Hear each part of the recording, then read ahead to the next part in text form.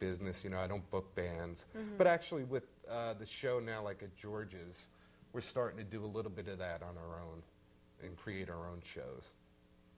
How would a band contact you? Like exactly, specifically, how would they contact you? What they can do is go to www.bumpskey.com, and there's an email address there where they can email me.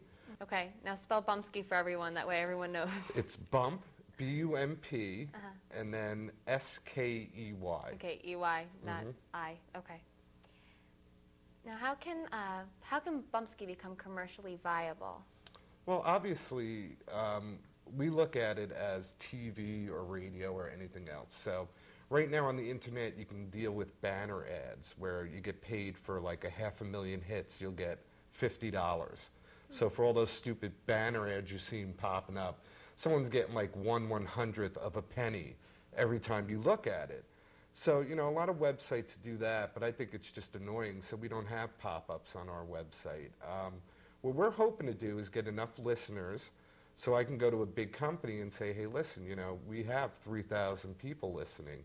It's worth your while to advertise and support bands that support your products like beer, and a lot of the bars in the area will advertise in newspapers, but it seems like the first question I'm asked is, well, Jerry, how many listeners do you have? And I like to say that I have 0. Because it makes me feel more comfortable knowing that I'm not talking to anybody. Because it's not what I wanted to do, and it's not what I do for a living. So for me, it's just I do it for the fun of it. And if I knew there was 1,000 people listening, I'd go crazy. Because all the pressure would be on? Well, see, the show is I say whatever I feel like saying, so I don't want to worry about upsetting anybody.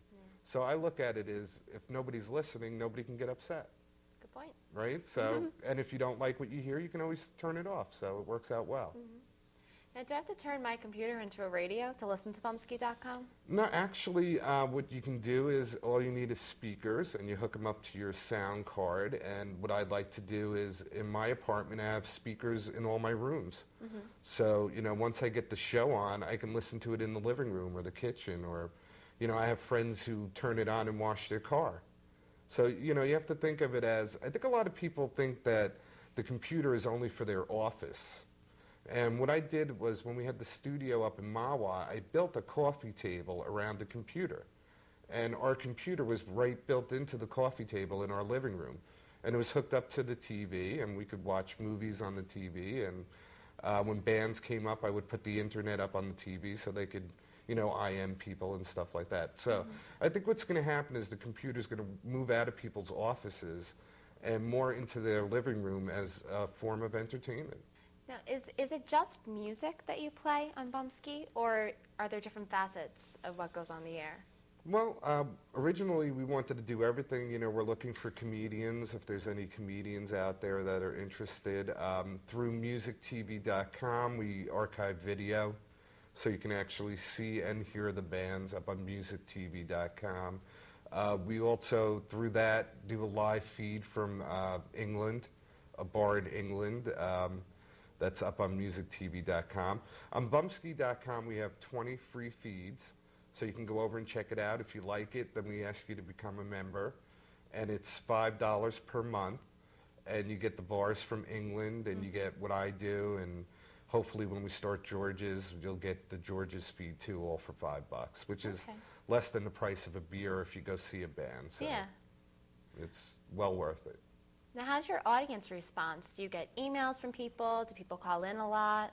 Well, it goes in like waves. When we first started, I had a lot of colleges listening, and we used to play games. Like, we'd pit one college against another college, and we had NJIT up here in New Jersey playing a college in Michigan in like trivia, where I'd play an audio clip, and they would IM me and let me know what the audio clip was from. So at first it started out with a lot of college people, and then what happened was they were all freshmen. They figured they didn't live with mom and dad anymore, and they said, why am I in my dorm room? You know, I might as well go out. So, you know, that wore off, and then we get some other people, and, you know, they would get, I don't know if they get bored, but what happens is, like, in the beginning you really want to support something, and then if you don't see it going anywhere, you're kind of like, well, I'm wasting my time. and you go off to something else. Yeah. So it's really hard to get people to support it and stick with it. You know, like I said, people think I'm crazy because I put so much time into it. But anything that's worth anything, you have to put a lot of time into it. That's So. true. Now, do a lot of the band members come to you for advice or, anything like that? A lot of the band members, yeah, they'll ask me, Jerry, what'd you think of this and what'd you think of that? What I try and do is not set myself up as a critic. What I want to do is I want to be their friend. I feel that as soon as, you get involved with their money, it creates a different relationship. Oh, definitely. And, if I tell somebody to do something or not do something and that affects their career in a bad way, I don't think that's right. So what I try and do is just be supportive. And, I've had bands on that I thought personally were horrible, and I've had them on again just to see if they've improved, and to see if they've gotten better. Or maybe I was having a bad day and I just thought they were bad. So, I try and be as supportive as possible and just tell people what I think. Has it ever happened that a band came back the second time and they were a lot better? Or did they just stay the same? Or It's have happened. they ever gotten worse? Yes, it's happened both ways. I mean, I've seen bands come on and be just as bad the second time.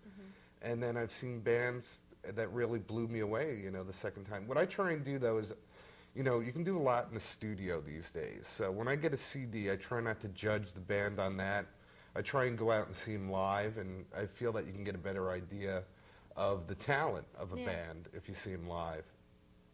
Okay. Do you find that you've been an inspiration for any of these bands? Do you think that your website really gives them the initiative to go out and to do more with their band and to get more creative?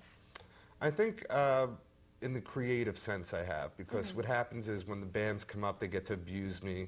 They get to call me names.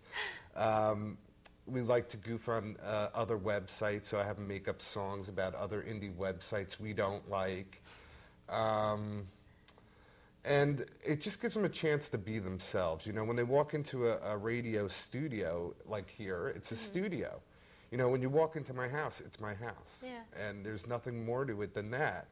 And I find that they're at their most relaxed and their most creative when they're in that kind of situation. Have you ever had band members from one band combined with band members from, say, another band that have been on your Absolutely. show? That's the greatest part about Bumpskey.com. In fact, I played this one song. This girl came out to the East to visit her grandmother for Thanksgiving, and she was from L.A., and her name was Allie Handel. And she came up to the living room, and of course, I talk to people and I go, come to the studio. So they show up, I'm a guy, this is a girl. First of all, they think I'm some crazy guy that's going to attack them or something. So they finally get over that. And I don't know, the same thing goes the other way. Some of these bands can come up and kill me and steal our equipment. I don't know what's going to happen either.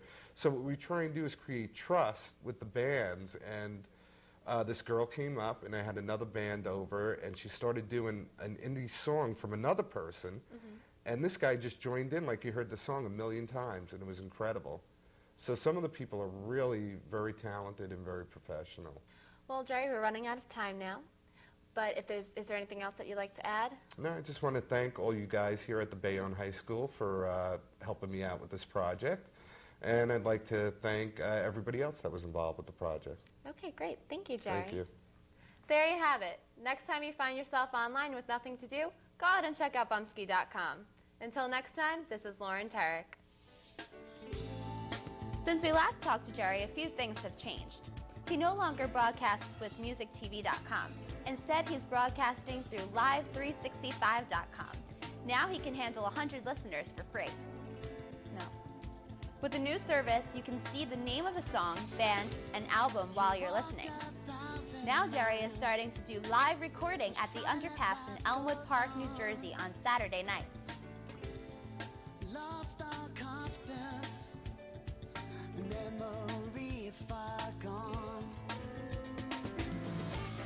Staring at yourself with the eyes of a fool. All you have left inside it, another broken rule. I just can't find